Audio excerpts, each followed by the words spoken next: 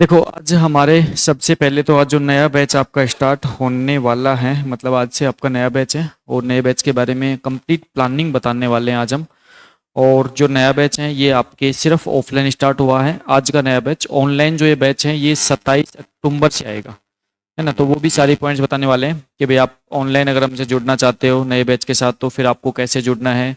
Offline में अगर आप क्लास लेनी है तो आपको नए बैच में कौन कौन सा सब्जेक्ट आपका स्टार्ट करवाया जा रहा है, आपको कौन कौन सी क्लास रहने वाली है। तो वो सारे पॉइंट्स पे हम चर्चा करने वाले हैं। तो भाई आज का जो नया बैच स्टार्ट हो रहा है, आज जो नया बैच स्टार्ट हुआ है, तो ये जो नया पर्टिकुलर जो बैच है ये बैच आपके बेसिक कंप्यूटर इंस्ट्रक्टर और सीनियर कंप्यूटर इंस्ट्रक्टर्स के अकॉर्डिंग डिजाइन किया गया है। लेकिन इस बैच में इन सभी पॉइंट्स के अलावा अगर हम बात करें यहाँ पे जैसे आपके सामने दिख रहे हैं बेसिक कंप्यूटर इंस्ट्रक्टर्स, इसके अलावा सीनियर कंप्यूटर इंस्ट्रक्टर्स जो है उसके लिए भी क्लासेज इस बैच के अंदर आपकी कंटिन्यू क्लासेज रहने वाली है, ठीक है। साथ में इसके अलावा बात करें तो अभी हम कुछ पॉइंट्स पे डिस्कशन करने वाले हैं। जैसे कि सबसे पहले अगर हम पॉइंट्स पे डिस्कशन करूं तो आप अभी फिलहाल जिस वैकेंसी के बारे में आप स्टडी करने के लिए इस बैच को ज्वाइन करने वाले हो तो वो वैकेंसी आपके बेसिक कंप्यूटर इंस्ट्रक्टर्स के रूप में है, एक सीनियर कंप्यूटर इंस्ट्रक्टर रूप में है। तो यहाँ पे अगर बात करें तो एक तो आपके BCI जिसको हम बेसिक कंप्यूटर इंस्ट्रक्टर्स नाम से जानते हैं, और एक आपकी कौन सी वैकेंसी है SCI सीनियर कंप्यूटर इंस्ट्रक्टर, ठीक। लेकिन अभी रिसेंट में आपके सामने आपको एक वैकेंसी देखने को मिली है और वो जो वैकेंसी है वो वैकेंसी आपकी कौन सी है, EMRS TGT और PGT, ठीक है। तो मेरे हिसाब से जितने भी स्टूडेंट्स अभी बेसिक और सीनियर में एलिजिबल हैं तो हम एक वैकेंसी की बात कर लेते हैं। जो वैकेंसी कौन सी है, EMRS है। और EMRS की बात करते हैं यहाँ पे हमारी वैकेंसी जो होती है एकलव्य मॉडल रेजिडेंशियल स्कूल। इसका मतलब ये आवासीय स्कूल होती है, रेजिडेंशियल स्कूल होती है, सेंट्रल गवर्नमेंट की स्कूल होती है और जिनमें आपको फैकल्टी अपॉइंट की जाती है। तो जो फैकल्टी आप वहाँ पे बनोगे तो वो भी आप आवासीय फैकल्टी रहते हो, मतलब रेजिडेंशियल स्कूल वहीं पे आपका रहना खाना पीना सब वहीं पे रहता है, अच्छी स्कूल होती है। और यहाँ पे ये जो आपके पास में EMRS की जो वैकेंसी है ये आपको दो टाइप से आपको वैकेंसी देखने को मिली है। एक तो EMRS की वैकेंसी कौन सी वैकेंसी है, एक तो है PGT जिसको हम बोलते हैं पोस्ट ग्रेजुएट टीचर, और एक कौन सी है TGT, एक कौन सी है TGT, ठीक। तो अगर यहाँ पे वैकेंसी की बात करें तो यहाँ पे आपकी जो वैकेंसी है कितनी है 154 और यहाँ पे वैकेंसी कितनी है आपकी 550।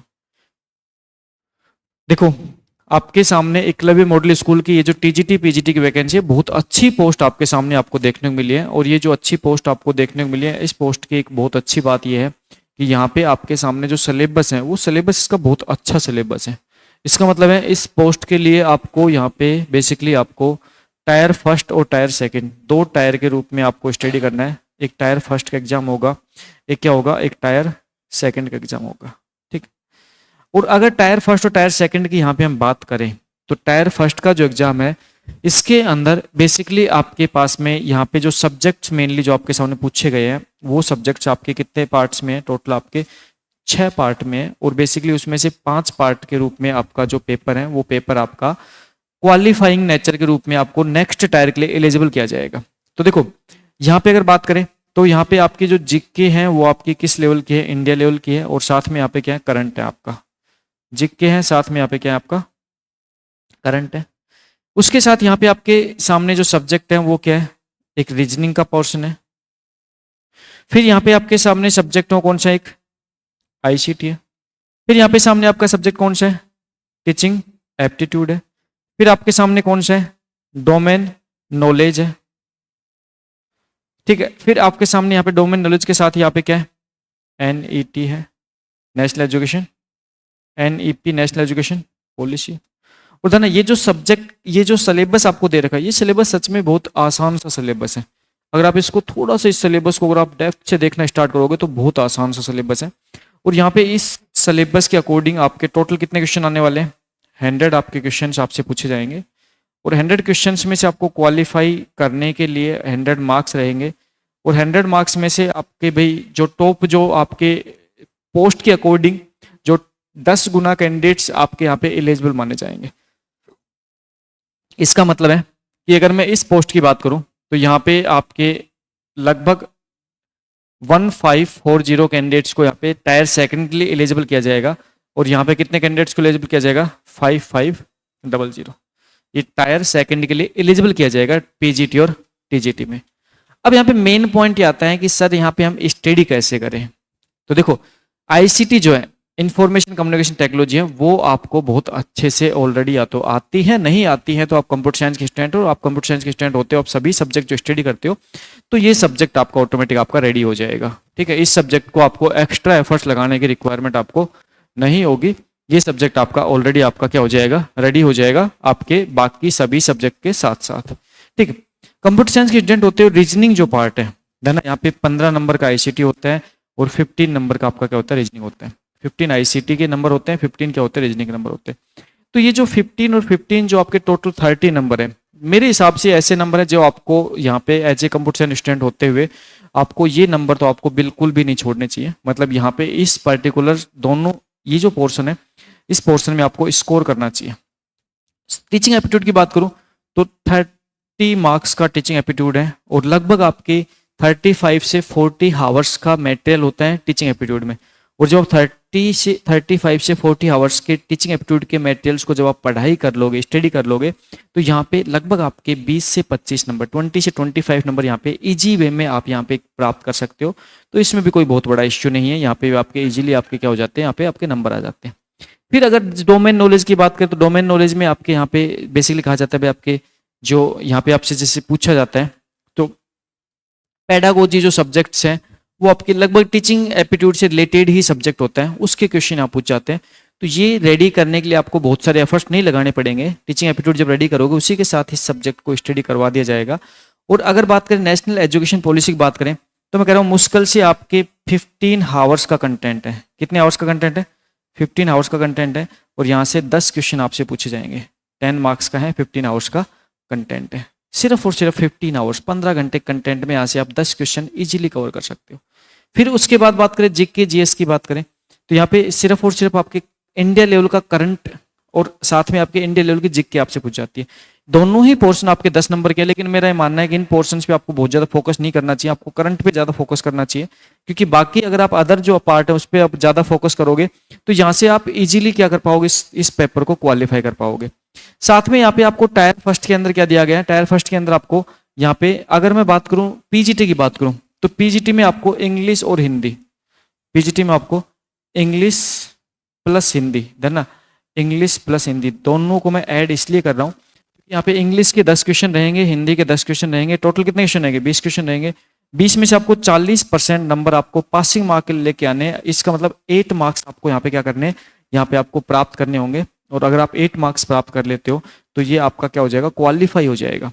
इंग्लिश हिंदी इसका किसी टाइप से कोई रोल नहीं है मार्क्स के रूप में, मतलब कि ये सिर्फ आपका क्वालिफाइंग नेचर का है और यहाँ पे आपको मार्क्स नहीं मिलने वाले हैं। आप क्वालिफाई कर लेते हो तो यहाँ पे इस पर्टिकुलर सब्जेक्ट्स के रोल्स खत्म हो जाते हैं। लेकिन जब आप टीजीटी पे जाते हो तो यहाँ पे इंग्लिश हिंदी साथ में आपके एक रीजनल लैंग्वेज और है। कौन सी है? एक रीजनल लैंग्वेज है, रीजनल लैंग्वेज। ठीक, और रीजनल लैंग्वेज भी आपके कितने नंबर की है? 10 नंबर की है। तो आपके यहाँ पे अब क्या हो जाएंगे, 30 नंबर के क्वेश्चन हो जाएंगे। 30 जो मार्क्स हैं, 30 मार्क्स में से आपको यहाँ पे फिर वही सेम कॉन्सेप्ट 40% मतलब आपको 12 मार्क्स लेने होंगे। और 12 मार्क्स की अगर बात करें तो 12 मार्क्स आप लाना बहुत आसान हो जाता है किसमें, टीजीटी में। क्योंकि डोमेन नॉलेज, इसका मतलब यहाँ पे अगर रीजनल लैंग्वेज की बात करें तो रीजनल लैंग्वेज के रूप में आप चाहो तो हिंदी लैंग्वेज को भी चूज कर सकते हो। रीजनल लैंग्वेज के रूप में मान चलो आपकी हिंदी लैंग्वेज ठीक है तो आप हिंदी लैंग्वेज भी चूज कर सकते हो। आप चाहो तो इंग्लिश लैंग्वेज भी चूज कर सकते हो। ये आपके ऊपर, आपके अकॉर्डिंग आपको चूज करना है। या फिर आप अदर पर्टिकुलर किसी लैंग्वेज के रूप में रीजनल लैंग्वेज को चूज करना चाहते हो तो अब लगभग आपके 22 लैंग्वेज आपके दी हुई है रीजनल लैंग्वेज रूप में, उसमें से कोई भी लैंग्वेज चूज कर सकते हो। लेकिन ये जो पोर्शन है, ये पोर्शन सिर्फ आपको पासिंग मार्क्स पोर्शन के रूप में आपको यहाँ पे मार्क्स प्राप्त करने होते हैं। इसका कोई रोल नहीं होता है आपके किस में, आपका रोल नहीं होता है आपके मेरिट लिस्ट में जो टायर फर्स्ट के लिए पेपर होता है। तो अगर मैं आपसे क्वालिफिकेशन बात करूं तो आपकी क्वालिफिकेशन क्या क्या है भाई? क्वालिफिकेशन क्या है आपकी? क्वालिफिकेशन क्या है, क्या कर रखा? बीसीए। ओके, तो आपकी क्वालिफिकेशन क्या है? पीजीडीसीए। आपकी एमसीए। ओके, तो देखो यहाँ पे अगर मैं एलिजिबिलिटी की बात करूँ तो यहाँ पे ये जो ईएमआर वाला पोर्शन है, इस ईएमआर वाले पोर्शन में अगर आपने कोई भी अगर आपने क्वालिफिकेशन के रूप में अगर यहाँ पे आपने मान के चलो आपने बीसीए भी कर रखा है तो भी आप यहाँ पे एलिजिबल हो। तो भाई कंप्यूटर साइंस में सबसे हम लोवेस्ट मानते हैं बीसीए तो करते हैं, उसके बाद जब बीटेक अगर आपने कर रखा है तो बीटेक के केस में भी आप एलिजिबल हो, ठीक। और अगर पीजीटी में बात करें तो पीजीटी फिर पोस्ट ग्रेजुएशन जो कोर्स होते हैं उसमें आप क्या हो जाओगे, यहाँ पे एलिजिबल हो जाओगे, ठीक है। तो ये आपकी एक छोटी सी एक छोटी और अच्छी इन्फॉर्मेशन आपके लिए इसलिए दी जा रही है क्योंकि ये वैकेंसी अभी आपकी ऑलरेडी आपकी स्टार्ट है, इसके फॉर्म रनिंग है, 23 अक्टूबर तक आप इसके फॉर्म फिल कर सकते हो। यहाँ पे फॉर्म क्या है, इसके रनिंग है। और इस वैकेंसी की सबसे अच्छी बात यह है कि इस वैकेंसी का जो पेपर है ना, वो पेपर आपके दिसंबर जनवरी में हो जाएगा। किसका? टायर फर्स्ट का। टायर फर्स्ट का पेपर आपको दिसंबर जनवरी में ही आपको होने वाला है। उसके बाद में जब आप टायर फर्स्ट में क्वालिफाई कर जाओगे तो आप टायर फर्स्ट सेकंड के लिए क्या हो जाओगे, एलिजिबल हो जाओगे। और टायर सेकंड की अगर बात करें तो टायर सेकंड के पेपर के अंदर यहाँ पे 40% तो कैसा है, 40% कैसे है, ऑब्जेक्टिव है। और देन यहाँ पे साथ में आपके 60% कैसे है, कैसे है, डिस्क्रिप्टिव है। कैसे यहाँ पे डिस्क्रिप्टिव है। तो भाई सिंपल सी बात है। अब यहाँ पॉइंट ये आता है कि टायर सेकंड के एग्जाम को क्वालिफाई कैसे करें, क्योंकि यहाँ पे अब आपको लिखना पड़ेगा। डिस्क्रिप्ट मतलब आपके सामने कोई भी क्वेश्चन आएगा और क्वेश्चंस का आंसर लिख के आना पड़ेगा। इसका मतलब है कि अब ओएमआर शीट में आपको गोले काले करने के साथ साथ 40 क्वेश्चन के तो आप ओएमआर शीट के गोले काले कर दोगे, लेकिन उसके साथ साथ आपको 60%, इसका मतलब यहाँ पे 15 जो क्वेश्चन आएंगे ना, 15 क्वेश्चन आएंगे, उन 15 क्वेश्चन को आपको क्या करना पड़ेगा, रिटर्न में लिख के आना पड़ेगा। तो फिर इसका मतलब है कि इस एग्जाम को क्वालिफाई करने के लिए आपको अच्छी खासी प्रैक्टिस करनी पड़ेगी। और प्रैक्टिस मतलब आपको डिस्क्रिप्टिव प्रैक्टिस करनी पड़ेगी। तो यहाँ पे ये प्रैक्टिस का गेम रहने वाला है किसके अंदर, टायर सेकंड में। और टीजीटी और पीजीटी दोनों ही पोस्ट के लिए यहाँ पे सेम क्राइटेरिया है। टायर सेकंड में 40% ऑब्जेक्टिव, 60% डिस्क्रिप्टिव। इसका मतलब 40 क्वेश्चन कैसे आएंगे, ऑब्जेक्टिव क्वेश्चन आएंगे जिसका आंसर आपको ओएमआर शीट में देना होगा। और 60% मतलब 15 क्वेश्चन, 15 क्वेश्चन आपके कैसे आएंगे, डिस्क्रिप्टिव क्वेश्चन आएंगे। हर एक क्वेश्चन का जो मार्क्स रहेगा, वेटेज रहेगा, वो 4 मार्क्स का रहेगा। तो 4 मार्क्स के हर एक क्वेश्चन रहने वाले यहाँ पे आपके सामने। और यहाँ पे आपको हर क्वेश्चन का आंसर आपको कैसे देना है, रिटर्न में लिख के देना है। अब कहोगे से कौन सी लैंग्वेज में लिखे, तो भाई सिंपल सी बात है, कंप्यूटर साइंस के स्टूडेंट्स होते हुए आपको लैंग्वेज चूज करनी है इंग्लिश। इसका मतलब है डिस्क्रिप्टिव आपको इंग्लिश लैंग्वेज में पॉइंट लिख के आना है। अब डिस्क्रिप्टिव में इंग्लिश लैंग्वेज में पॉइंट लिखना बहुत आसान होता है अगर हम कंप्यूटर साइंस की बात करें, क्योंकि कंप्यूटर साइंस में पढ़ते ही लगभग इंग्लिश में, तो फिर यहाँ पे पॉइंट लिखना क्या होता है, बहुत आसान होता है। और इसके सिलेबस की बात करते हैं, इसका सिलेबस भी क्या है, इसका सिलेबस भी आपका इस टाइप से डिजाइन किया गया है कि अब डिस्क्रिप्टिव यहाँ पे प्रैक्टिस करने के लिए आप डिस्क्रिप्टिव जो पैटर्न पे लिखोगे तो आपको ज्यादा दिक्कत नहीं आएगी। तो ये तो पॉइंट हो गए सारे किसके, ये तो पॉइंट हो किसके, एमआरएस के। अब मैं आपको एक अच्छी न्यूज और बता देता हूँ, आपके लिए एक केवीएस की वैकेंसी इंतजार कर रही है। और केवीएस की वैकेंसी है, ये सेम कहानी आपकी पीजीटी और टीजीटी। और 3 अक्टूबर को आपका नोटिफिकेशन इसका आ जाएगा, या 3 अक्टूबर के बाद इसका नोटिफिकेशन कभी भी आ सकता है।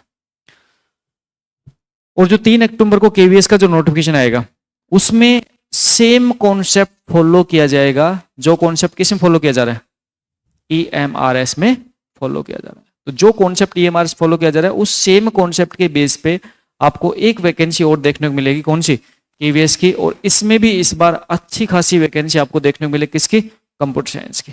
तो अगर आप ईएमआरएस में एलिजिबल हो तो आप केवीएस में भी क्या रहोगे, एलिजिबल रहोगे। और आपको एक बहुत अच्छी अपॉर्चुनिटी के साथ आपको पोस्ट देखने को मिलेगी। और केवीएस जो स्कूल होती है वो आपको सुविधा क्या देती है, आपको यहाँ पे अगर जयपुर की बात करें तो बहुत सारे स्कूल है जयपुर में। ईएमआरएस के फिर भी आपकी बहुत कम स्कूल है राजस्थान में, लेकिन हाँ केवीएस की स्कूल आपको बहुत सारी आपको देखने को मिलेगी। तो फिर इसका मतलब है कि इस वैकेंसी के लिए आप एलिजिबल हो, अगर आप यहाँ पे एलिजिबल हो। ये तो पॉइंट हो गए सारे जो आपकी रनिंग वैकेंसी चल रही है।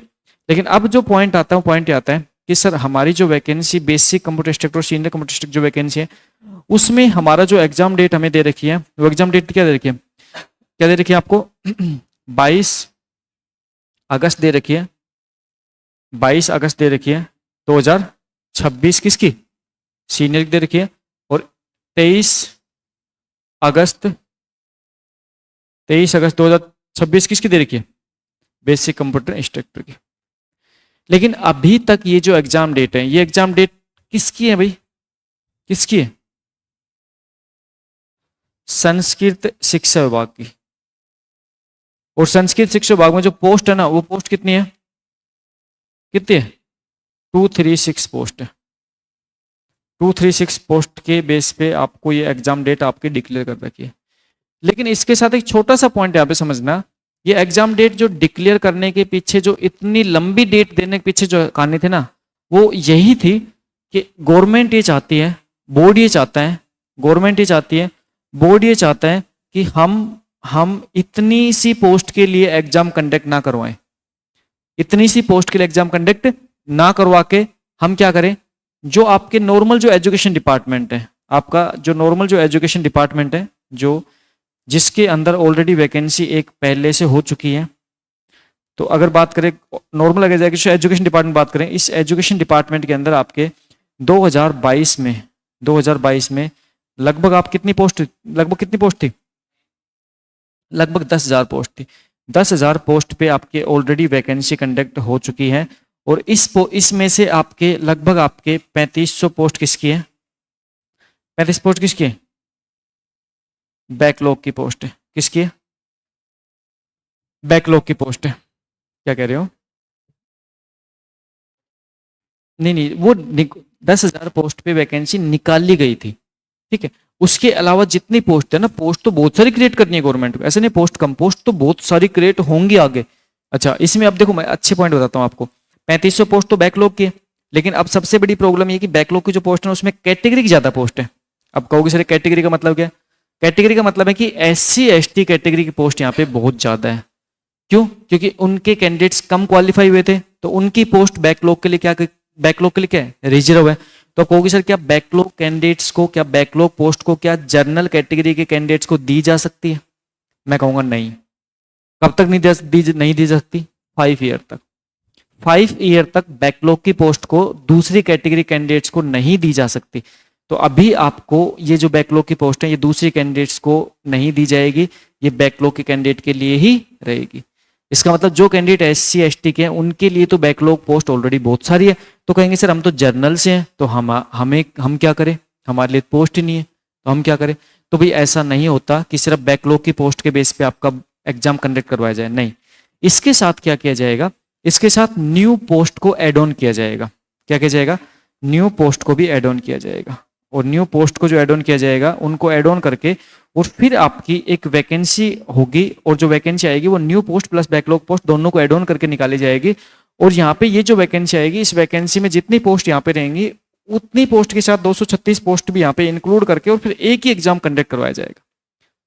अब पॉइंट आता है, क्या सर एग्जाम 22-23 अगस्त 2026 को हो जाएगा? तो भाई जैसा अभी तक गवर्नमेंट ने जो कैलेंडर डिक्लेयर कर रखा है और जिस हिसाब से एग्जाम करवाया उस हिसाब से इस डेट को एग्जाम हो जाएगा, क्योंकि ये डेट आपको बहुत पहले से आपको डिक्लेयर करके दे दी गई है। लगभग आपको उस टाइम पे जब डेट अनाउंस की गई थी उस टाइम पे लगभग वैकेंसी की डेट से लगभग आपके 1 ईयर और लगभग 8 to 9 मंथ था, है ना। और अब भी आपको लगभग आपके कितने मंथ्स हैं, क्योंकि अभी सितंबर चल रहा है तो अगस्त है, अगस्त सितंबर लगभग आपके 11 मंथ्स आपके अभी भी रिमेनिंग है। 11 महीने बाद ये एग्जाम डेट है। तो ये जो पोस्ट है ना, इस पोस्ट के लिए मैं आपको एक चीज बताना चाहता हूँ कि इस पोस्ट के लिए जो एग्जाम डेट डिक्लेयर की गई है, इस एग्जाम डेट को एग्जाम आपका 99% केस में हो जाएगा। और बाई चांस 1-2% में अगर बाई चांस मान चलो एग्जाम थोड़ा सा पोस्टपोन किया जाएगा तो ज्यादा पोस्टपोन नहीं होगा, 1-2 महीने पोस्टपोन ये एग्जाम करवाएंगे, 1-2 महीने पोस्टपोन करवा के आपको ये एग्जाम आपको कंडक्ट करवा दिया जाएगा। लेकिन 99% चांस है कि आपके इसी डेट पे एग्जाम कंडक्ट हो जाएगा, एग्जाम हो जाएगा।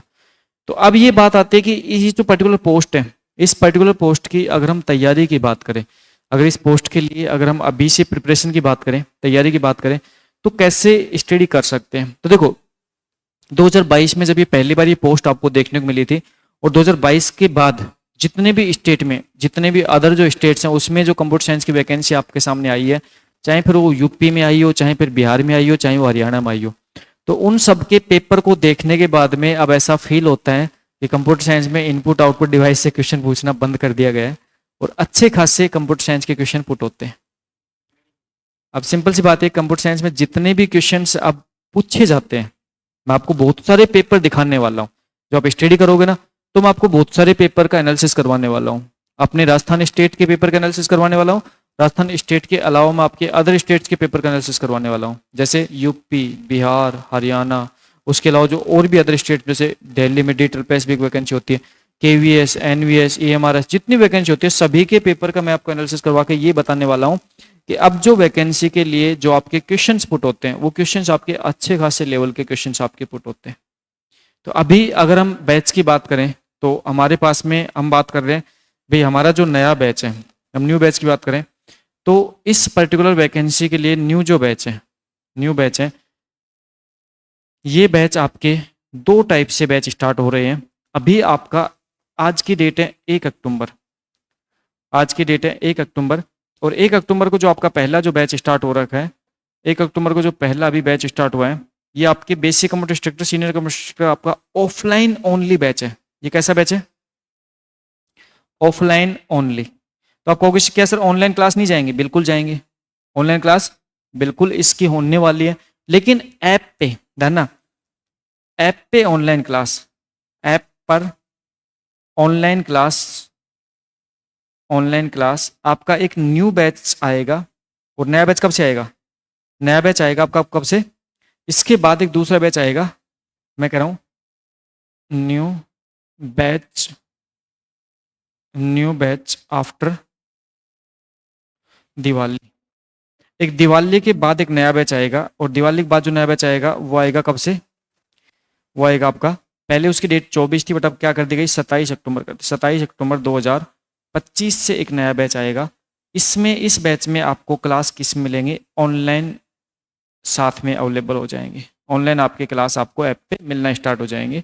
अब उससे पहले क्या होगा भाई? उससे पहले ऑफलाइन क्लास कब मिलेंगे? उससे पहले ऑफलाइन बैच चलेगा, ऑफलाइन क्लास प्रॉपर रेगुलर चलने वाली है। और रेगुलर जो क्लास है वो आपकी 18 अक्टूबर तक रहेगी। 19 से फिर आपकी दिवाली की छुट्टियां हो जाएंगी। 19 से लेकर 24 तक आपकी दिवाली ऑफ रहेगा, है ना, दिवाली वीकेंड रहेगा। लेकिन उससे पहले हम कौन कौन से सब्जेक्ट आपको ऑफलाइन में कंप्लीट करवा देंगे उसके बारे में डिटेल बताने वाला हूँ।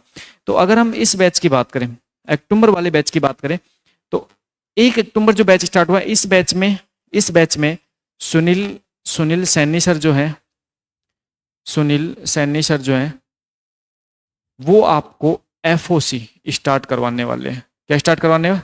एफओसी मतलब फंडामेंटल ऑफ कंप्यूटर आपको पढ़ाने वाले हैं। और मैं सुनील यादव सर हैं, वो आपको क्या पढ़ाने वाले हैं? वो आप क्या पढ़ाने वाले हैं? क्या पढ़ोगे भाई? Number system. क्या पढ़ाने वाले हैं? Number system. देना हर एक वैकेंसी में नंबर सिस्टम के 2-3 क्वेश्चन आपको जरूर से देखने को मिलते हैं। तो यहाँ से 2-3 क्वेश्चन आप पक्का कर लीजिए, नंबर सिस्टम। और यहाँ पे आपका कोडेड स्कीम है ना, कोडेड स्कीम में आपके सभी कोडेड ना, BCD ASCII कोड, यूनिकोड, ये सारे कोड आपको बताए जाएंगे। ये सब के बारे में क्वेश्चंस करवाए जाएंगे, ठीक। तो मेरा जो सब्जेक्ट रहेगा, अभी मेरा सब्जेक्ट कौन सा रहेगा? नंबर सिस्टम रहेगा। सुनील सैनी सर का सब्जेक्ट कौन सा रहेगा? आपका एफओसी, फंडामेंटल ऑफ कंप्यूटर। इसका मतलब है कि आपको दिवाली से पहले हम ये दोनों जो आपके सब्जेक्ट हैं ये आपको अच्छे से प्रिपेयर करवाने वाले हैं। और अगर दोनों सब्जेक्ट के वेटेज की बात करें तो लगभग आपके 6-7 क्वेश्चन, 7-8 क्वेश्चन तक इन दोनों सब्जेक्ट से पूछे जाते हैं, ठीक है। इनकी जो क्लास रहेगी वो क्लास आपको 4:15 बजे से आपको क्लास कंटेंट मिलने वाली है। और साथ में यहाँ पे रीजनिंग भी हम स्टार्ट करवा देंगे इस बैच में। इस वाले बैच में आपकी रीजनिंग स्टार्ट हो जाएगी, ठीक है। एक क्लास आपकी रीजनिंग क्या जाया करेगी, ठीक है। तो ये तो कहानी रहेगी इस बैच की। आफ्टर दिवाली जो 27 अक्टूबर का बैच आपका बनेगा, ये बैच आपका मॉर्निंग इवनिंग दोनों टाइम का ही बनेगा। और ये बैच आपका ऑनलाइन ऑफलाइन दोनों मोड में बनेगा। इसका मतलब है अगर आप दिवाली के बाद भी अगर आप कोई स्टूडेंट हमसे ऑफलाइन ज्वाइन करना चाहते हो तो कोई इश्यू नहीं है, आप 27 अक्टूबर वाले बैच को ज्वाइन कर सकते हो। और ये बैच भी आपके दोनों मोड में रहेगा। कैसे मोड में रहेगा? ये आपका ऑफलाइन रहेगा और कैसा रहेगा? ऑनलाइन भी। लेकिन कल से जो बैच का क्लास रहेंगे ऑनलाइन, वो क्लास आपके सभी स्टूडेंट्स के लिए फ्री रहेंगी दिवाली तक, है ना। उसके लिए आपको ऑनलाइन ऐप पे आपको अलग से कोई कोर्स नहीं दिखेगा, बट फ्री क्लास मिलने वाली है दिवाली तक, ठीक है। तो आप आराम से दिवाली तक इन क्लास का एंजॉय कर सकते हो, आराम से हमसे जुड़ के ये क्लास आप देख सकते हो, ठीक। अब डिस्कशन कर लेते हैं कि सर ये जो आपके सामने जो अभी आप जिस पर्टिकुलर वैकेंसी के बारे में चर्चा कर रहे हो, आपने जो वैकेंसी के बारे में चर्चा की है, इनके सिलेबस के बारे में थोड़ा सा बता दीजिए। तो सिलेबस के बारे में डिस्कस कर लेते हैं कि अगर बेसिक कंप्यूटर इंस्ट्रक्टर की बात करें तो बेसिक कंप्यूटर इंस्ट्रक्टर में सिलेबस के रूप में भी आपको यहाँ पे 2 पर्टिकुलर पेपर्स को आपको यहाँ पे देना होता है, पेपर फर्स्ट और पेपर सेकंड। अगर हम बात करें तो सबसे पहले हम पेपर सेकंड के बारे में डिस्कशन कर लेते हैं। पेपर सेकंड की अगर हम बात करें तो यहाँ पे हम कहते हैं कि भाई हमारा जो पेपर सेकंड है ये क्या है? ये टेक्निकल सब्जेक्ट है। कौन सब्जेक्ट है? टेक्निकल सब्जेक्ट के क्वेश्चन है। लेकिन यहाँ पे कुछ एक पोर्शन यहाँ पे आपके नॉन टेक का भी इंक्लूड किया गया है, तो वो भी मैं आप बता देता हूँ। पेपर सेकंड में आपके नॉन टेक के रूप में एक तो पेडागोजी और एक आपकी क्या मेंटल एबिलिटी। इसका मतलब है कि कुछ पोर्शन में आपके पेडागोजी और मेंटल एबिलिटी मतलब रीजनिंग के पोर्शन के क्वेश्चन भी आपको देखने को मिलेंगे। तो लगभग आपके 10 से 15 क्वेश्चन आपको पेपर सेकंड में भी आपको पेडागोजी और रीजनिंग के देखने को मिल जाते हैं। और यहाँ पे अगर इस सिलेबस की बात करें तो आपका सिलेबस यहाँ पे पेडागोजी और रीजनिंग को सिलेबस हुआ है, जैसे decision making and problem solving हो गया, डाटा इंटरप्रिटेशन हो गया, डेटा सफिशिएंसी हो गया, logical reasoning and analytical ability हो गया, major development in the field of information technology. यहाँ पे जो major development in the field of information technology है ये बेसिकली आपका कंप्यूटर्स का ही पार्ट आ जाता है यहाँ पे, ठीक। लेकिन जो रीजनिंग का पोर्शन है, अब कहोगे सर रीजनिंग का पोर्शन क्या हम यहाँ पे पेपर सेकंड में अलग से पढ़ेगा? नहीं, अलग से नहीं पढ़ना। रीजनिंग आपके ऑलरेडी पेपर फर्स्ट में क्या है, गिवन है, और पेपर फर्स्ट में रीजनिंग आपको बहुत लंबा चौड़ा सिलेबस के रूप में आपको दे रखा है। तो पेपर फर्स्ट में आपको रीजनिंग कवर करनी है, पेपर सेकंड में आपको सेपरेट रीजनिंग पढ़ने की कोई रिक्वायरमेंट नहीं है, वहीं से कवर हो जाएगा, ठीक है। फिर साथ में जो पेडागोजी है ये आपको अलग से पढ़नी है। लेकिन एक अच्छी बात यह है कि अगर आप EMRS की तैयारी कर रहे हो तो आपका पेडागोजी EMRS में भी है, तो आप EMRS तैयारी कर रहे हो तो पेडागोजी आपका रेडी हो जाएगा। और अभी जो आपके सामने जो सब्जेक्ट हम स्टडी करवाएंगे वो सब्जेक्ट पहले वही सब्जेक्ट स्टडी करवाएंगे जो EMRS में आते हैं, ठीक है। EMRS का कोडिंग पहले वही सब्जेक्ट स्टडी करवाएंगे, लेकिन हाँ EMRS का कोर्स सब सेपरेट होता है, क्योंकि EMRS में बेसिकली क्या होता है, डिस्क्रिप्टिव प्रैक्टिस होती है। तो डिस्क्रिप्टिव प्रैक्टिस के लिए आपको सेपरेट अब बताने वाले हैं पॉइंट कि डिस्क्रिप्टिव में कैसे क्या स्टडी करना है, ठीक। फिर नेक्स्ट बात करें तो नेक्स्ट आपका जो सब्जेक्ट स्टार्ट होता है वो सब्जेक्ट आता है आपका फंडामेंटल ऑफ कंप्यूटर। ये सब्जेक्ट आपका अभी स्टार्ट होने वाला है, किस बैच में, इस पर्टिकुलर बैच में, ठीक। फंडामेंटल ऑफ कंप्यूटर की बात करें तो सबसे पहला जो पॉइंट दिया गया पॉइंट देगा overview of computer system including input output device. तो भाई सिंपल सी बात है, जब भी हम किसी कंप्यूटर सिस्टम्स की बात करते हैं, तो अगर हम कंप्यूटर सिस्टम्स को अंडरस्टैंड करने की बात करें तो हमारे पास में हम जब कंप्यूटर सिस्टम्स की बात करते हैं तो कहते हैं भाई हमारा जो कंप्यूटर सिस्टम होता है वो बेसिकली एक ऐसी कंप्यूटेशनल डिवाइस, एक ऐसी इलेक्ट्रॉनिक डिवाइस होती है जो क्या करती है, जो डेटा को प्रोसेस करने का कार्य करती है। और डेटा को प्रोसेस करने के लिए इसके पास पहले क्या होना चाहिए, पहले ऑलरेडी प्री डिफाइंड कोई प्रोग्राम होना चाहिए जिसकी सहायता से क्या करती है, डेटा को प्रोसेस करती है। इसका मतलब होता है कि कंप्यूटर सिस्टम्स के अंदर हम कहते हैं भाई हम क्या देते हैं, कुछ इनपुट देते हैं, हम क्या देते हैं, कुछ इनपुट देते हैं, और उसके बेस पे हम क्या करते हैं, कुछ आउटपुट प्राप्त करते हैं। क्या क्या प्राप्त करते हैं, कुछ आउटपुट प्राप्त करते हैं। इसका मतलब हम यहाँ पे क्या करते हैं, कुछ इनपुट प्रोवाइड करते हैं कंप्यूटर सिस्टम्स को, जिसकी क्या कर जिस इनपुट की क्या होगी यहाँ पे उसका क्या किया जाएगा, प्रोसेसिंग की जाएगी, और प्रोसेसिंग करके यहाँ पे हमें क्या प्राप्त होगा, एक आउटपुट प्राप्त होगा। और ये आउटपुट कैसा होता है, ये आउटपुट होता है डिजायर्ड आउटपुट, मतलब जो आप चाहते हो उसके अकॉर्डिंग। और हम कहते हैं हमारा कंप्यूटर सिस्टम किस सिद्धांत कार्य करता है, हमारा कंप्यूटर सिस्टम कार्य करता है गार्बेज इन गार्बेज आउट। नाम सुना इसका, गार्बेज इन आउटपुट, जैसा दोगे जैसा प्राप्त करोगे, जो इनपुट के रूप में दोगे उसके अकॉर्डिंग क्या आएगा, आपका रिजल्ट आएगा। जैसे कि अगर बात माई चांस मान चलो आपके मोबाइल फोन के अंदर अभी जैसे मेरी जो क्लास है उसको देखने के लिए आपने क्या किया, आपके मोबाइल फोन में आपको स्क्रीन पे एक एप्लीकेशन दिखाई दे रही है, किसकी, कॉम्पिटेक की। या फिर इस क्लास को अगर यूट्यूब के माध्यम देख रहे हो तो यूट्यूब का एक एप्लीकेशन है, उसका क्या बना हुआ है, एक आइकन बना हुआ है। उस एप्लीकेशन पे आप क्या करो, क्लिक कर रहे हो, है ना। उस एप्लीकेशन में जैसे आप अपने जैसे आप फिंगर से जैसे आप उसको टच कर रहे हो तो इसका मतलब आप इनपुट दे रहे हो, क्या दे रहे हो, इनपुट। क्योंकि टच स्क्रीन है और टच स्क्रीन क्या किया जा रहा है, इनपुट दिया जा रहा है। तो ना इनपुट देने के लिए आपने टच स्क्रीन को यूज में लिया है। अब इनपुट देने के बाद में एप्लीकेशन क्या होगी, वो एप्लीकेशन क्या होगी, प्रोसेसिंग होगी। और एप्लीकेशन जो प्रोसेसिंग होते हैं ना उसके लिए फिर यहाँ पे आपके पास में पूरा पूरा जो काम होता है वो किसका होता है, सीपीयू का। किसका होता है, सीपीयू, सेंट्रल प्रोसेसिंग यूनिट। अब देखो जब हम सीपीयू के बारे में बात करते हैं तो फिर हम कहते हैं कि हमारे पास में हम यहाँ बात करेंगे, किसके बारे में बात करेंगे, हम यहाँ पे कंप्यूटर सिस्टम के दो कंपोनेंट के बारे में बात करेंगे। और दो कंपोनेंट कौन से, एक तो कौन सा है, हार्डवेयर कंपोनेंट है, और एक कौन सा है, सॉफ्टवेयर कंपोनेंट है। एक कौन सा है, सॉफ्टवेयर कंपोनेंट, है ना। और हमें जो स्टडी करना होता है ना वो 90% हमें सॉफ्टवेयर कंपोनेंट को स्टडी करना होता है। 90% हम सॉफ्टवेयर कंपोनेंट को स्टडी करते हैं, हार्डवेयर कंपोनेंट को बहुत कम स्टडी करते हैं। इसका मतलब होता है सॉफ्टवेयर और हार्डवेयर से मिलके हमारा एक कंप्यूटर सिस्टम क्या होता है, बनता है। तो इन सॉफ्टवेयर हार्डवेयर की सहायता से हम क्या करने वाले, हम हमारे कंप्यूटर सिस्टम्स को स्टडी करने वाले हैं। और कंप्यूटर सिस्टम्स के अंदर जो हम डेटा देते हैं उसको प्रोसेसिंग होने के बाद में हमें क्या प्राप्त होता है, आउटपुट प्राप्त होता है। और इसी के अकॉर्डिंग आपके सिलेबस में यहाँ पे मेंशन किया गया है overview of the computer system including input and output device. इसका मतलब ऐसी कौन कौन सी डिवाइस है जिनकी सहायता से आप कंप्यूटर सिस्टम को इनपुट देते हो, ऐसी कौन कौन सी डिवाइस है जिनकी सहायता से आप कंप्यूटर सिस्टम में आप रिजल्ट को आउटपुट के रूप में प्राप्त करते हो, ठीक। अब जैसे अगर मैं आपसे पूछूं, जनरली आपसे क्वेश्चन पूछूं, मेरे पास मैंने ये जो माइक यूज किया हुआ है, ये माइक क्या इनपुट आउटपुट है। माइक जो यूज किया गया मैंने, मेरे जो माइक लगा हुआ है यहाँ पे, वो माइक इनपुट आउटपुट है, कैसा डिवाइस है, इनपुट डिवाइस। कैसे, इनपुट। इसका मतलब है कि जो मैं बोल रहा हूँ वो क्या कर रहा है, कैप्चर कर रहा है। जो मैं बोल रहा हूँ वो कैप्चर कर रहे हैं, और कैप्चर करने के बाद में ये प्रोसेसिंग करके और वॉइस को आप लोगों तक पहुंचा रहा है। तो इसका मतलब है इनपुट डिवाइस है। ये कैसा डिवाइस है? Input device. ठीक। उसके अलावा मेरे हाथ में एक पेन है, मेरे हाथ में पेन है, ये पेन एक ऐसा डिवाइस है, इनपुट आउटपुट है। कैसा? इनपुट है। कैसा है? इनपुट है। ठीक। तो है ना, इनपुट आउटपुट डिवाइस को पढ़ने के लिए सिर्फ आपको इतना ध्यान रखना है कि किस डिवाइस के माध्यम से हम कंप्यूटर सिस्टम्स को कमांड देते हैं, इनपुट देते हैं, आउटपुट में जो हम रिजल्ट्स प्राप्त करते हैं। जैसे आपके सामने यहाँ क्लासरूम में क्या लगे हुए हैं? स्पीकर लगे हुए हैं। तो अगर मैंने स्पीकर्स की बात करूँ तो स्पीकर कैसे डिवाइस है? Output device. कैसे डिवाइस है? Output device. बिल्कुल बेसिक बेसिक पॉइंट होते हैं। फिर उसके बाद में आता है पॉइंटिंग डिवाइस एंड स्कैनर। ठीक है, तो पॉइंटिंग डिवाइस एंड स्कैनर्स के बारे में बात करेंगे यहाँ पे। फिर बात है रिप्रेजेंटेशन ऑफ डेटा। यहाँ पे नेक्स्ट आता है क्या? Representation of data. अब देखो, डेटा को रिप्रेजेंट करने के लिए यहाँ पे दे रखा है डिजिटल वर्सेस एनालॉग। इसका मतलब डेटा आपके दो फॉर्म में होता है, एक तो होता है डिजिटल फॉर्म का डेटा, एक होता है क्या? एनालॉग फॉर्म का डेटा। तो डिजिटल डेटा क्या होता है, एनालॉग डेटा क्या होता है, डिजिटल डेटा कैसे रिप्रेजेंट करते हैं, एनालॉग डेटा कैसे रिप्रेजेंट करते हैं। डिजिटल डेटा रिप्रेजेंट करने के लिए हम किन किन पॉइंट्स को ध्यान में रखते हैं, एनालॉग के लिए हम किन किन पॉइंट्स को ध्यान रखते हैं। तो ये बेसिक बेसिक पॉइंट्स आपको यहाँ पे स्टडी करना है। फिर आपका नेक्स्ट आता है क्या? Number system. और नंबर सिस्टम में आपको यहाँ पे साफ साफ नंबर सिस्टम मेंशन कर रखा है। कौन कौन सा नंबर सिस्टम मेंशन कर रखा है? देखो, decimal, binary, hexadecimal, decimal, binary, hexadecimal, तीन आपको क्या कर रखे हैं यहाँ पे डायरेक्टली आपको दे रखे हैं। लेकिन आपको इसके अलावा भी आपको नंबर सिस्टम में और भी पॉइंट्स आपको स्टडी करने। अब सबसे पहला एक क्वेश्चन आपके सामने आता है कि हम नंबर सिस्टम पढ़ते क्यों हैं? ये बार बार नंबर सिस्टम क्यों पढ़ते हैं? नंबर सिस्टम में हम बाइनरी, डेसिमल, ठीक है यार, हमने बचपन से डेसिमल नंबर सिस्टम पढ़ा है, क्या डेसिमल से काम नहीं चल सकता क्या? तो बेसिकली अगर कंप्यूटर सिस्टम्स की बात करें तो कंप्यूटर सिस्टम्स के अंदर जो इंटरनली जो सारा का सारा जो वर्क है ना, इंटरनली सारा का सारा वर्क है, ये सारा का सारा वर्क जब आप कंप्यूटर सिस्टम को थोड़ा सा डेप्थ तक पढ़ना स्टार्ट करोगे, डेप्थ तक पढ़ के देखोगे, तो पता लगेगा यहाँ पे सारा का सारा काम कैसे होता है? कैसे होता है? बाइनरी में होता है। किस में होता है? बाइनरी। इसका मतलब किस में होता है? 0 1 की फॉर्मेट में होता है। किस में होता है? 0 1 की फॉर्मेट में होता है। इसलिए हम बेसिकली करते क्या है, इसलिए हम यहाँ पे जिस पॉइंट्स पे ध्यान देते हैं वो पॉइंट्स ये हैं कि हम यहाँ पे किसको पढ़ते हैं? हम यहाँ पे नंबर सिस्टम पढ़ते हैं।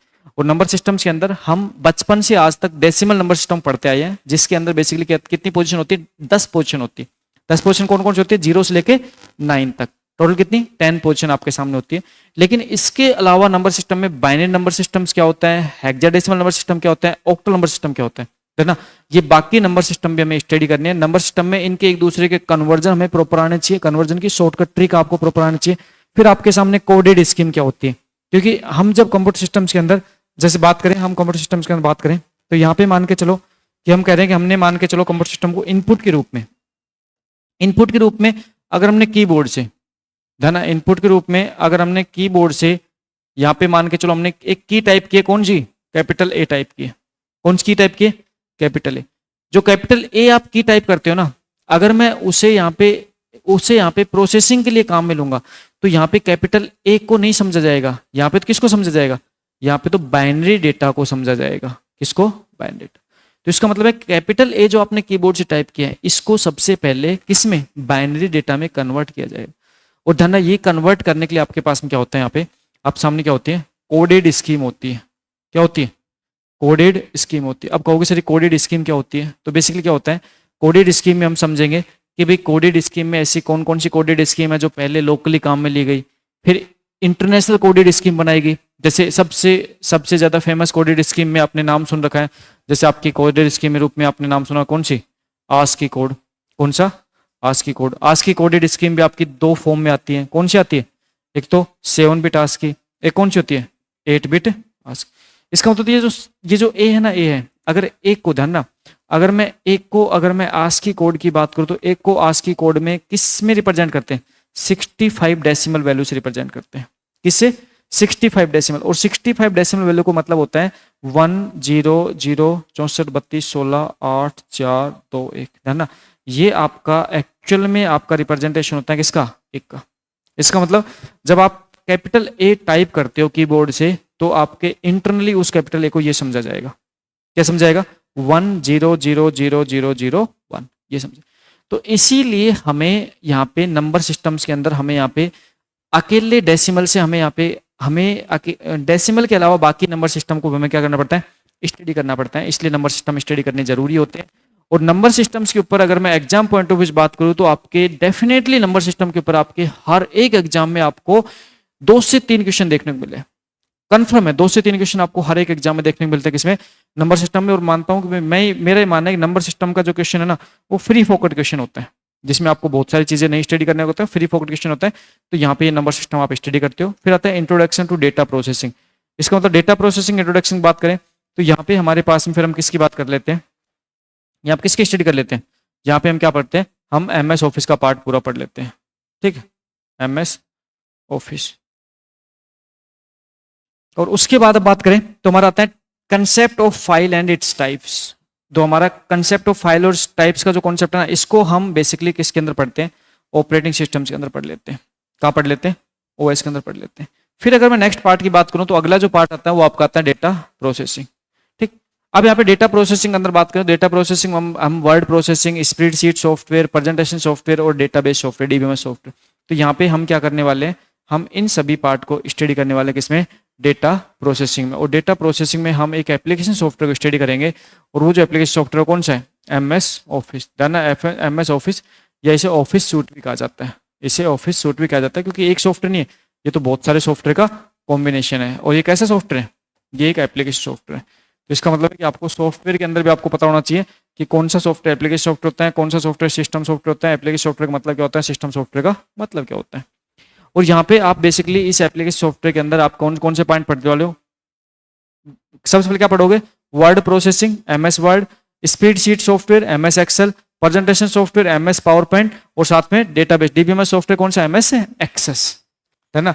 यहाँ पे आपके पास में MS एक्सेस जो DBMS सॉफ्टवेयर है, MS एक्सेस DBMS सॉफ्टवेयर है, ये आपके पास में कैसा सॉफ्टवेयर है, ये आपके पास में RDBMS, कैसा है, RDBMS। और यहाँ पे R का मतलब क्या है, रिलेशनल डेटाबेस मैनेजमेंट सिस्टम। और then relational database management system की अगर बात करें तो रिलेशनल डेटाबेस मैनेजमेंट सिस्टम तो आपको अलग से भी यूनिट में गिवन है, आपको सेपरेट भी अलग से यूनिट में भी गिवन है।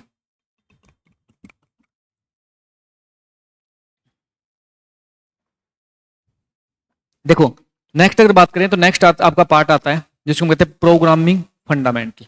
नेक्स्ट पार्ट कौन सा आता है, प्रोग्रामिंग फंडामेंटल। अब देखो अगर प्रोग्रामिंग फंडामेंटल की बात करें तो सबसे पहले तो यहाँ पे जो स्टडी करेंगे ना वो स्टडी करेंगे, यहाँ पे अगर स्टडी करेंगे तो हम बात करेंगे कौन सी, principle of programming, principle of programming language.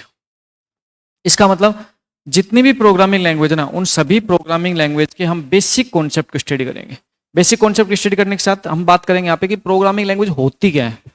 भाई सबसे पहले तो प्रोग्राम लैंग्वेज क्या होती है, नीड क्यों होती है प्रोग्राम लैंग्वेज को, और प्रोग्रामिंग लैंग्वेज के रूप में हम बात करेंगे, जैसे हम बात करेंगे लो लेवल प्रोग्रामिंग लैंग्वेज की बात करेंगे, हम बात करेंगे लो लेवल की बात करेंगे, हम बात करेंगे किसकी, हम बात करेंगे मिडिल लेवल की बात करेंगे, हम बात करेंगे किसकी, हम बात करेंगे हाई लेवल की, हम बात करेंगे किसकी, हाई लेवल की। साथ में हम यहाँ बात करेंगे किसकी, हम यहाँ पे ट्रांसलेटर में बात करेंगे किसकी, ट्रांसलेट बात करेंगे किसकी, असेंबलर देखेंगे ट्रांसलेटर में। साथ में हम देखेंगे यहाँ पे हमारे पास ट्रांसलेटर ग्रुप में हमारे पास ट्रांसलेटर कौन सा होता है, कंपाइलर होता है, कंपाइलर को देखेंगे। साथ में हमारा क्या होता है, इंटरप्रेटर होता है।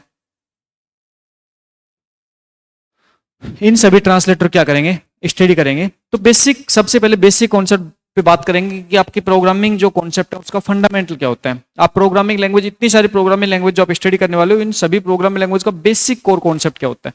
और basic core code, introduction to C++, Java, .NET, artificial intelligence, machine learning, Python and blockchain, principle of programming techniques जो भी आपको बताया है, introduction to object oriented programming. फिर उसके बाद में आपको introduction to integrated development environment. एक आईडी क्या है, आईडी आपके सामने क्या, आपके सामने टूल है ना, आईडी एक टूल होता है जिसके माध्यम से आप इजी वे में क्या कर सकते हो, आप डेवलपमेंट कर सकते हो, डिप्लॉयमेंट कर सकते हो, टेस्टिंग कर सकते हो।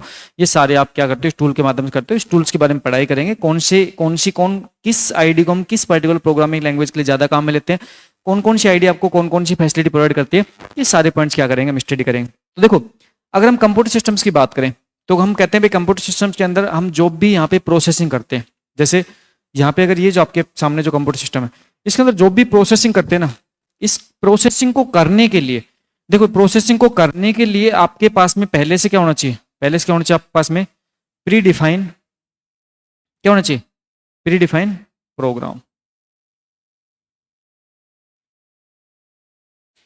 इसका मतलब है कि आप कंप्यूटर सिस्टम्स को तब तक कोई काम नहीं करवा सकते जब तक कंप्यूटर सिस्टम्स के पास कोई इंस्ट्रक्शंस आपने नहीं दे रखे। आप कहते हो ना कि कंप्यूटर जो होता है वो बेसिकली दो कंपोनेंट्स मिलकर बनता है, किससे, हार्डवेयर और सॉफ्टवेयर। और यहाँ पे जब सॉफ्टवेयर की बात करते हैं, सॉफ्टवेयर को बनाने के लिए हम प्रोग्रामिंग लैंग्वेज को काम में लेते हैं। और प्रोग्रामिंग लैंग्वेज के लिए यहाँ पे हम बात करेंगे कि हमारे पास में पहले से प्री डिफाइन कुछ प्रोग्राम रहेंगे, उस प्री डिफाइन प्रोग्राम की हेल्प से हम क्या करेंगे, हम कोई भी टास्क को परफॉर्म करेंगे।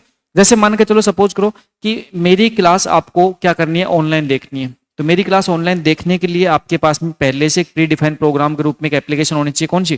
कॉम्पिटेक की एप्लीकेशन। कॉम्पिटेक की जो एप्लीकेशन है उस पर मेरी क्लास आपको लाइव और रिकॉर्डेड फॉर्मेट में अवेलेबल होती है। तो फिर लाइव और रिकॉर्डेड फॉर्मेट अगर आप मेरी क्लास लेना चाहते हो तो आपको कॉम्पिटेक एप्लीकेशंस को डाउनलोड करके उसको अपने कंप्यूटर में, उसके अपने मोबाइल के अंदर क्या करना पड़ेगा, इंस्टॉल करना पड़ेगा। और वो जो कॉम्पिटेक एप्लीकेशन है वो क्या है, वो एक प्रोग्राम है। वो क्या है, वो एक प्री डिफाइंड प्रोग्राम है। तो डन ना, जो प्री डिफाइंड प्रोग्राम है ना, उस प्री डिफाइंड प्रोग्राम को बनाने के लिए हम क्या करते हैं, हम अलग अलग प्रोग्रामिंग लैंग्वेज को काम में लेते हैं। अब प्रोग्रामिंग लैंग्वेज में कुछ प्रोग्रामिंग लैंग्वेज ऐसी हैं जो आपके पहले के समय में काम आती थी, जिसके अंदर हम बात करते हैं आपके प्रोसीजर प्रोग्रामिंग लैंग्वेज है। और प्रोसीजर प्रोग्रामिंग लैंग्वेज का बेसिक जो कोर कॉन्सेप्ट होता है वहां पे जो जब कहते हैं ना कि हम कोई भी टास्क परफॉर्म करने के लिए प्रोसेस लिखते हैं, है ना। एक बार एसी ऑन कर लो ना, कोई भी ज्योति बोल दो, कर देगी।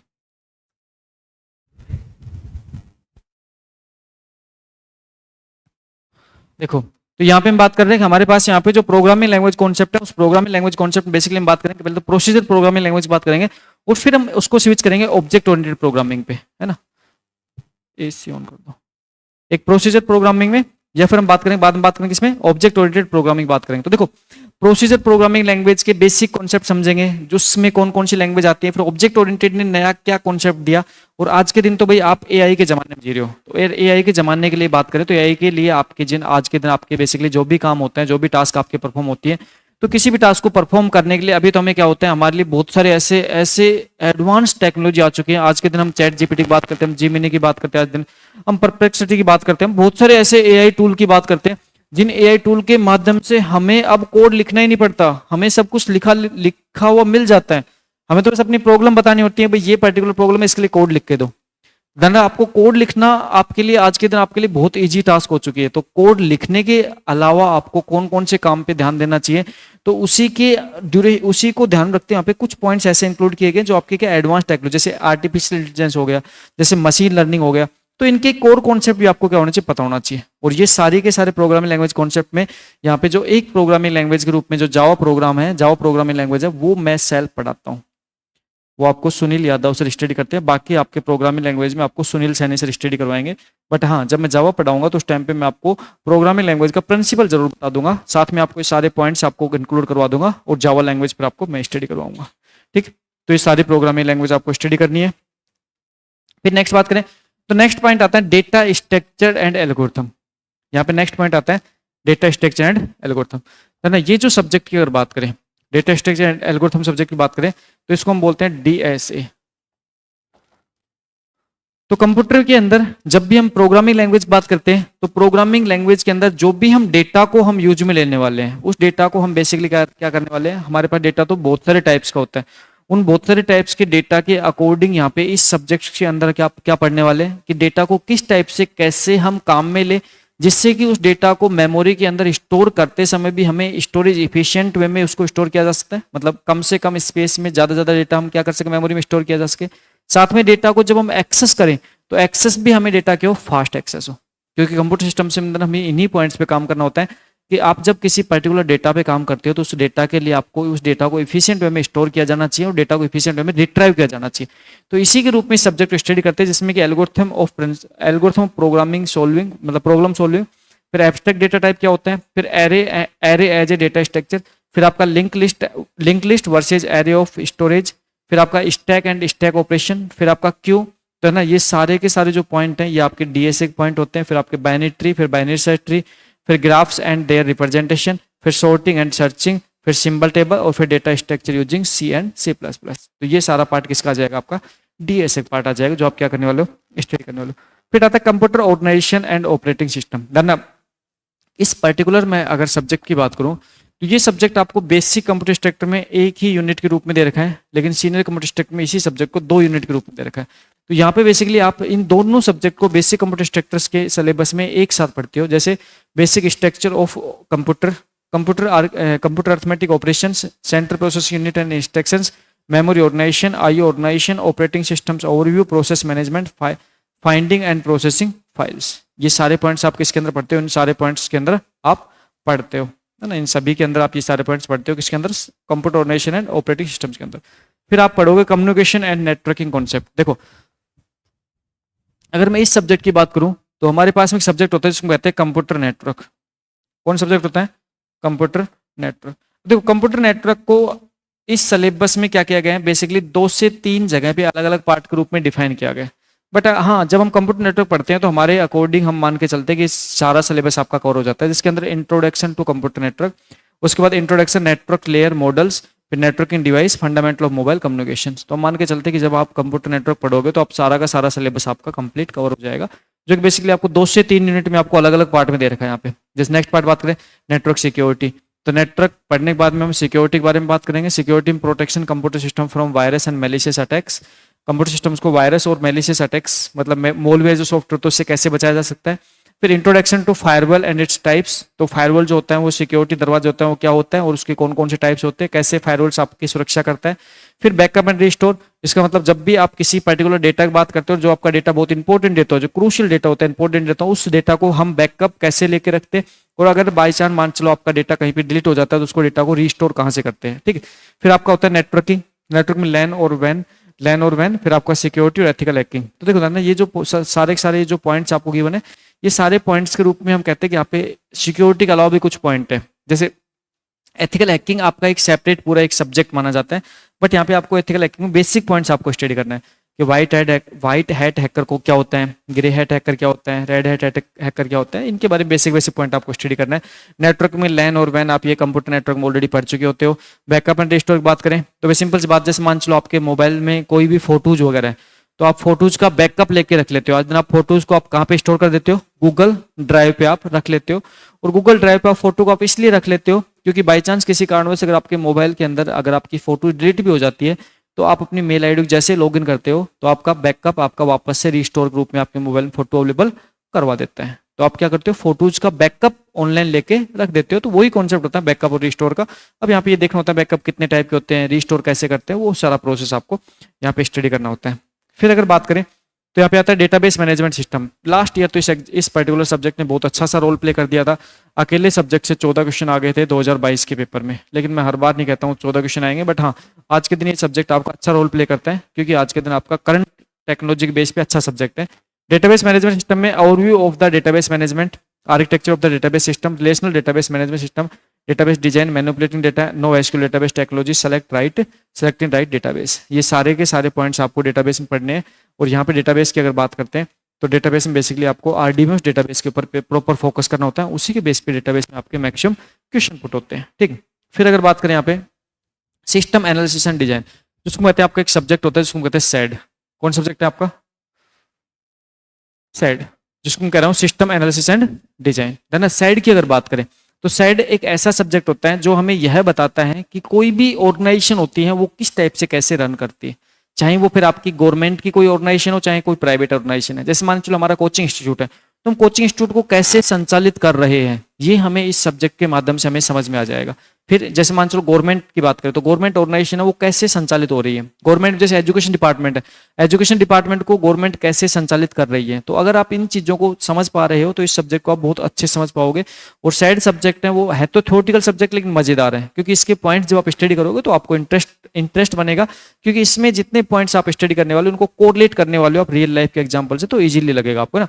इंट्रोडक्शन, फिर आपका requirement gathering and feasibility study, structured analysis, structured design, object oriented modelling using UML, testing, system implementation, maintenance, other software development approach. तो ये किस में पढ़ने वाले हो आप? सैड के अंदर आप स्टडी करने वाले हो। फिर अगर नेक्स्ट बात करें तो नेक्स्ट सब्जेक्ट के रूप में आपको जो सब्जेक्ट आता है नेक्स्ट सब्जेक्ट आता है internet of thing and it application, है ना। यहाँ पे सब्जेक्ट के रूप में तो आपको क्या दे रखा है? आईओटी दे रखा है। सब्जेक्ट के रूप में तो आप क्या दे रखा है? आईओटी दे रखा है, लेकिन आईओटी का यहाँ पे पोर्शन आपके है नहीं, बस सब्जेक्ट के रूप में आईओटी दे रखा है, बाकी आपके पोर्शन नहीं है। जैसे अगर बात करोगे यहाँ पे तो introduction of internet technology and protocols, है ना, ये पार्ट आप किसका आ जाता है? ये पार्ट आपका वेब टेक्नोलॉजी का जाता है। किसका जाता है? वेब टेक्नोलॉजी का, ये वेब टेक्नोलॉजी पार्ट है, ठीक है। अच्छा, लैन मैन वैन ये आपके नेटवर्क का पार्ट आ जाता है। सर्च इंजन ये आपका वेब टेक्नोलॉजी पार्ट आ जाता है। Introduction to online offline messaging system ये आपके बेसिकली हम मान सकते हैं आपके नेटवर्क का ही पार्ट है आपका। वर्ल्ड वाइड वेब ब्राउजिंग ये आपकी वेब टेक्नोलॉजी है। वेब पब्लिशिंग वेब टेक्नोलॉजी है। Knowledge of HTML XML scripting web technology के अंदर ही आपकी लैंग्वेज होती है ना, स्क्रिप्टिंग लैंग्वेज ग्रुप में HTML XML हो गया। Creating and maintenance of website, ये आपका क्या वेब टेक्नोलॉजी है। HTML इंटरेक्टिव टूल हो गया, मल्टीमीडिया एंड ग्राफिक्स हो गया आपका, voice male and video conferencing हो गया आपका, इंट्रोडक्शन टू ई कॉमर्स हो गया आपका। तो ये सारा का सारा जो आपको IoT के रूप में जो आपको सब्जेक्ट गिवन है, ये IoT सब्जेक्ट में हम कहते हैं कुछ सब्जेक्ट आपके वेब टेक्नोलॉजी से रिलेटेड है, कुछ सब्जेक्ट आपके अदर स्ट्रीम से रिलेटेड आपके सब्जेक्ट है। तो आपको ये क्या करने हैं, सारे स्टडी करने हैं।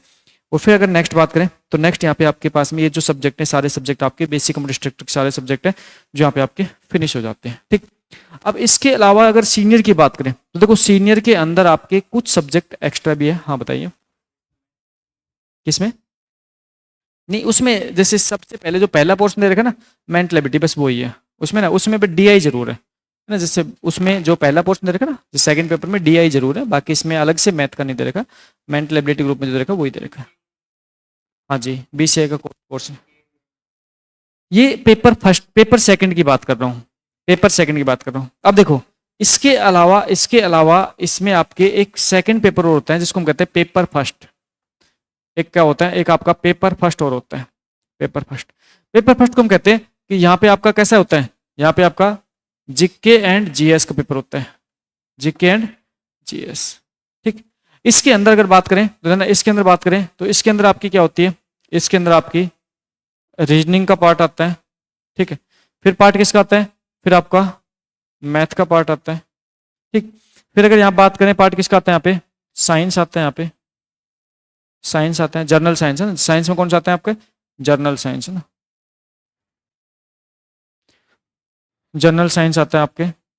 ठीक, फिर यहाँ पे अगर बात करें इसके अलावा जैसे मैथ हो गया, रीजनिंग हो, जर्नल साइंस हो गया, फिर आपके क्या होते हैं, ज्योग्राफी आती है आपके, क्या आती है आपके, ज्योग्राफी आती है आपके। फिर आपके यहाँ पे क्या आता है, आपके हिस्ट्री आती है,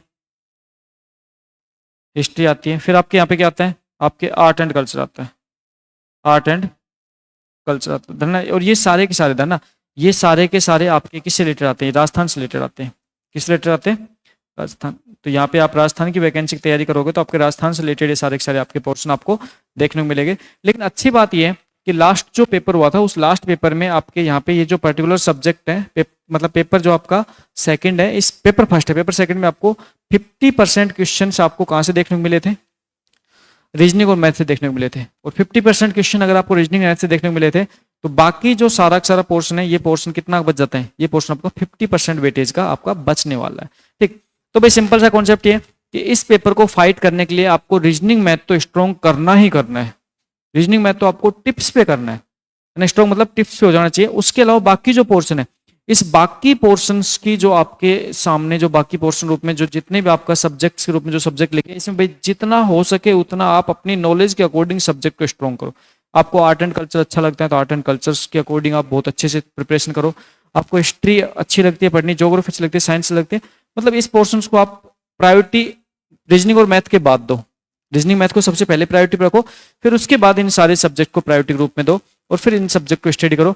और यहाँ पे पेपर फर्स्ट और पेपर सेकंड, अब देखो अगर मैं यहाँ पे इस पर्टिकुलर पूरे पोर्शंस को अगर मैं बात करूं तो देखो पेपर फर्स्ट और पेपर सेकंड आपका सेम डे होता है, पेपर फर्स्ट और पेपर सेकंड आपका सेम डे होता है। ठीक है, पेपर फर्स्ट कितने क्वेश्चन आएंगे, 100 क्वेश्चन आएंगे। कितने क्वेश्चन आएंगे, 100 क्वेश्चन। कितने मार्क्स के रहेंगे, 100 मार्क्स के रहेंगे। कितने मार्क्स के रहेंगे, 100 मार्क्स के रहेंगे। ठीक है, कितने टाइम मिलेगा आपको, 2 आवर्स का आपको क्या मिलेगा, टाइम मिलेगा। ठीक है, 2 घंटे का आपको क्या मिलेगा, सेम डे आपका क्या हो जाएगा, पेपर सेकंड है ना। पेपर फर्स्ट और पेपर सेकंड आपका क्या होता है, एक ही दिन में होता है, सेम डे होता है। कितने क्वेश्चन होंगे, 100 क्वेश्चन होंगे। कितने मार्क्स के होंगे, 100 मार्क्स के, 100 क्वेश्चन होंगे, 100 मार्क्स के होंगे। कितना टाइम मिलेगा आपको, 2 आवर्स का आपको टाइम मिलेगा। अब सबसे पहले आपका जो अगला जो क्वेश्चन पुट होता है ना, अगला क्वेश्चन पुट होता है सर कितनी कट ऑफ जाएगी, है ना, कितनी कट ऑफ जाएगी। तो देखो कट ऑफ के लिए एग्जाम से पहले कभी कुछ नहीं कहा जाता। अगर हम लास्ट ईयर की बात करें, 2022 की बात करें, 2022 में अगर दोनों पेपर में अलग अलग क्वालिफाई है ना, बोथ पेपर इंडिविजुअल क्वालिफाई है ना, अगर बोथ पेपर में इंडिविजुअल अगर क्वालिफाई आपने कर लिया था, इंडिविजुअल अगर क्वालिफाई आपने कर लिया था, इसका तो इंडिविजुअल क्वालिफाई मतलब अगर आपने 40% मार्क्स का अगर आपने कवर कर लिया था तो फिर आपका क्या हो गया था, सिलेक्शन हो गया था। या आप क्या हो गया था, सिलेक्शन। 40% क्वालिफिकेशन पे आपका सिलेक्शन हो गया था लास्ट 2022 में। और 2022 में 40% जो सिलेक्शन हुआ था ना, उसमें सबसे बड़ी प्रॉब्लम ये थी कि पेपर सेकंड जो था ना, उस पेपर सेकंड के अंदर बच्चों के 40% मार्क्स नहीं आए। 40% मार्क्स यहाँ पे नहीं आए। उसमें नहीं आने के पीछे बहुत सारे रीजन थे। एक तो क्या था कि स्टूडेंट्स पहली बार पेपर हुआ था, तो जो पढ़ने का वे है, पढ़ाने का वे है, वो बहुत इम्पैक्ट डालने वाला था, क्योंकि स्टूडेंट्स ने माइंड में थिंकिंग सेट कर रखी थी कि अगर 60 से 65% नंबर हमारे नहीं आएंगे तो हम क्वालिफाई होंगे ही नहीं। तो जिन स्टूडेंट्स के 50 मतलब 40, 50, 45 क्वेश्चन सही होते, उन्होंने क्या किया, फिर रिस्क लेके और नेगेटिव मार्किंग क्वेश्चन अटेम्प्ट किए और फिर वो 40% से नीचे लुढ़क गए। तो यहाँ पे लास्ट ईयर तो क्या हुआ था कि लगभग आपके कितने, लगभग आपके 3500 की समथिंग जो पोस्ट है ना, वो क्या रह गई थी, रिक्त रहे। पहले तो स्टार्टिंग में तो 4200 पोस्ट रिक्त थी। कितनी थी, 4200। लेकिन बाद में एक सुपर की का जो केस था, जो सुपर की केस था, उस सुपर की के केस के द्वारा 610 कैंडिडेट्स को क्या किया गया, बाद में दोबारा से अपॉइंटमेंट दे दी गई। तो अभी भी आपके 3500 पोस्ट तो बैकलॉग की खाली है लास्ट 2022 की वैकेंसी की, ठीक। और इस बार आपके क्वालिफिकेशन की बात करें तो भाई आपके अभी तक तो आपके दोनों पेपर में आपको सेपरेट 40% क्वालिफाई मार्क्स लेके आने पड़ेंगे। और उसके बाद किसकी बात होगी, उसके बाद होगी कि कितनी कट ऑफ जाएगी, न्यू ऐड होके आएगी। बैकलॉग की अकेली वैकेंसी नहीं आ सकती, क्योंकि बैकलॉग की वैकेंसी आने के पीछे भी बहुत सारे प्रॉब्लम्स होती हैं कि अकेली बैकलॉग की वैकेंसी दे देंगे, न्यू ऐड नहीं देंगे तो जनरल की पोस्ट कितनी आएगी, आएगी नहीं। बाकी ओबीसी की पोस्ट नहीं आएगी, एड ऑन होके आएंगे। अकेली बैकलॉग पोस्ट नहीं आएगी, एड ऑन ही होके आएंगे। कहाँ होगी, 22 की बात है भाई, 27 में होगी, 27 में होगी। 27 कब जाके, फरवरी में, 27 फरवरी के बाद की बात है ना, अभी 25 चल रहा है। नहीं, बीएड अभी ईएमआरएस में, केवीएस में बीएड कोई कंपल्सन नहीं है, कोई कंपल्सन नहीं है। उन्होंने ये कहा है कि प्रमोशन के लिए आपकी बीएड होनी जरूरी है। तो जब आप जॉब लग जाओगे उसके बाद में प्रमोशन जब आपको चाहिए तो आपको बीएड करनी पड़ेगी। बाकी स्टार्टिंग के लिए कोई बीएड की रिक्वायरमेंट नहीं है। तो ये आपका पूरा पूरा कहानी रहने वाले है किसकी, बेसिक कंप्यूटर स्ट्रक्चर की। सीनियर कंप्यूटर स्ट्रक्चर में जो सिलेबस का थोड़ा सा पोर्शन अलग है, जो एक्स्ट्रा सिलेबस आपको स्टडी करना है वो मैं आपको सीनियर कंप्यूटर स्ट्रक्चर के लिए सेपरेट आपको बता दूंगा। लेकिन हाँ, बेसिक कंप्यूटर स्ट्रक्चर के लिए सारा आपका पॉइंट है।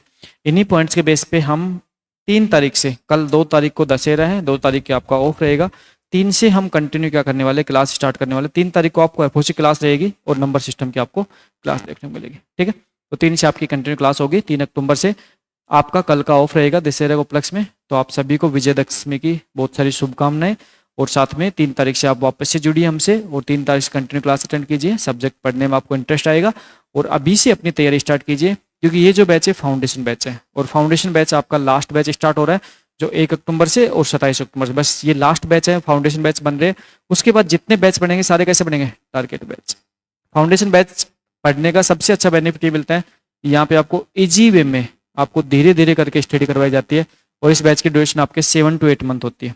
जबकि जितने भी टारगेट बैच बनते हैं उन सभी टारगेट बैच के अंदर जो आपकी स्टडी होती है वो आपके लगभग 4 से 5 महीने में आपका कोर्स करवा जाता है, या फिर 5 से 6 महीने में आपका कोर्स कंप्लीट होता है। वहाँ पे कोर्स कंप्लीट करने पे ज़्यादा फोकस किया जाता है, क्योंकि एग्जाम नज़दीक आ चुका होता है।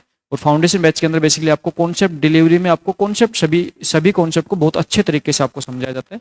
तो मेरे हिसाब से आपको फाउंडेशन बैच ज्वाइन करके स्टडी करना चाहिए, जिसका आपको बेनिफिट मिलेगा। और साथ में अभी जैसे कोई भी आप ऑनलाइन कोर्स लेते हो तो सपोर्ट जो मतलब आपको ऑनलाइन कोर्स के अंदर जो आपको वैलिडिटी मिलती है वो आपको 1 साल बाय डिफॉल्ट मिलती है। तो 1 साल के अंदर आपका एग्जाम भी कवर हो जाएगा। तो फिर आपको, आप मान के चलो कि आपको 4-5 महीने बाद अगर कोर्स लेना तो फिर आज से कोर्स ज्वाइन करके आप स्टडी कर सकते हो। और अभी जो भी स्टूडेंट्स जो अदर जो तैयारी कर रहे थे, जैसे 4th ग्रेड की तैयारी कर रहे थे, तो वो तो आपके एग्जाम हो ही चुके। अब किसकी कर रहे हो, वीडियो कर रहे हो क्या ना? तो वीडियो कर रहे हो तो वीडियो का आपका कब हो जाएगा, 2 नवंबर को हो जाएगा। तो फिर आपको तैयारी अगर बेसिक कंप्यूटर स्ट्रक्चर करनी है तो फिर अपने भाई सही तरीके से अपनी तैयारी को स्टार्ट कर लीजिए। अच्छा मौका है, अच्छा चांस है, कंपटीशन कम है इस फील्ड में। बस ये है कि आपको अच्छे से तैयारी करनी है, ठीक है। Thank you.